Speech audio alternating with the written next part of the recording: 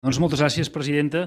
Si fem una mica de cronologia dels darrers fets polítics que hi ha hagut a Turquia, veurem que al març del 2024 hi va haver una victòria incontestable a les municipals per part dels opositors a Erdogan, tant pel que fa als opositors turcs, en aquest cas, la nova fornada del Partit Republicà del Poble, com dels opositors kurds també, i això tenint en compte fins i tot que hi va haver desplaçament de militars per poder augmentar el vot a favor d'Erdogan.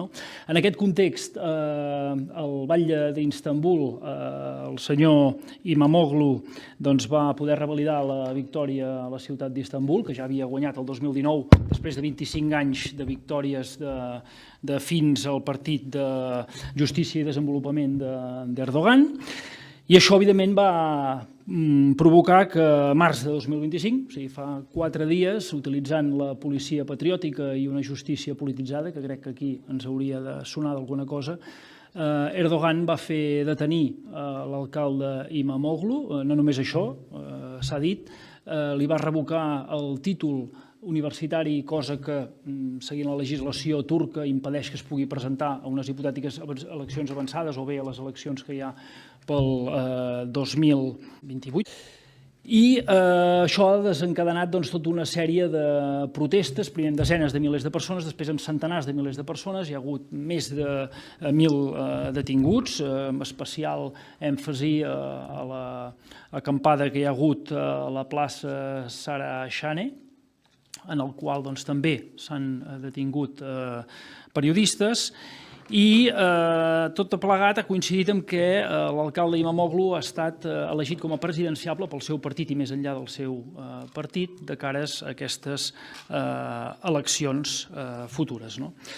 Això el mateix dia que ingressava a una presó d'alta seguretat, de manera que l'han acabat convertint en un símbol, i això, juntament amb dècades de vulneració de la democràcia a Turquia i en un context en el qual l'economia no està per tirar coets, ha despertat els joves. A partir d'aquí hi ha hagut enfrontaments, protestes, i estem en aquest moment en una situació de més de 2.000 detinguts, dels quals molts són joves universitaris que han acabat a presó. I vostès, el Partit Socialista, ens presenten una moció en la qual ja avanço i donarem suport, demanen l'alliberament d'Imamoglu i de tots els detinguts i demanen la fi de la repressió, però jo aquests dies, preparant una mica la intervenció, he tirat d'hemeroteca, si m'ho permeten, quan nosaltres, per exemple, nosaltres i altres partits, al gener del 2023, hem presentat propostes de resolució que deien: ateses la falta de garanties democràtiques i la conculcació constant dels drets humans que es produeixen al si del territori turc, el Parlament condemna la consideració que rep Turquia com a soci comercial i militar de l'estat espanyol. Saben què han votat vostès? Vostès s'hi han abstingut, perquè quan toquem l'estat espanyol, ai las, vostès llavors no s'hi volen fer mal. I he fet un altre exercici també, que consisteix en agafar la part expositiva de la seva proposta de resolució i simplement treure el que fa referència a Turquia. I llegeixo, si m'ho permeten, literalment frases extretes de la seva proposta de resolució i els demano que facin l'exercici de tancar els ulls i treure Turquia i pensar en l'estat espanyol. Escoltin el que diuen vostès. Detenció de representants polítics juntament amb altres desenes de persones crítiques amb el sistema. Atac flagrant contra la democràcia. Mesures de repressió. Erosió de la democràcia, la llibertat d'expressió i l'estat de dret. Accés autoritari de les actuals autoritats. Consideració de partit opositor com a terrorista. Atac directe als valors democràtics fonamentals, la llibertat política i els drets humans.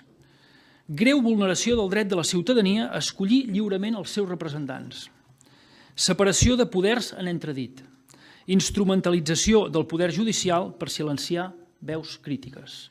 Jo em sembla que tot plegat és la seva proposta de resolució, però podria encaixar perfectament en una declaració d'Amnistia Internacional en contra del que està fent Espanya. Per tant, voldria acabar amb una frase del nostre portaveu, Francesc Dalmases, que els diu a vostès, els recorda sovint, que la seva preocupació per la vulneració dels drets fonamentals, per la repressió i per la democràcia és directament proporcional a la distància a la qual els agafa el conflicte. Gràcies.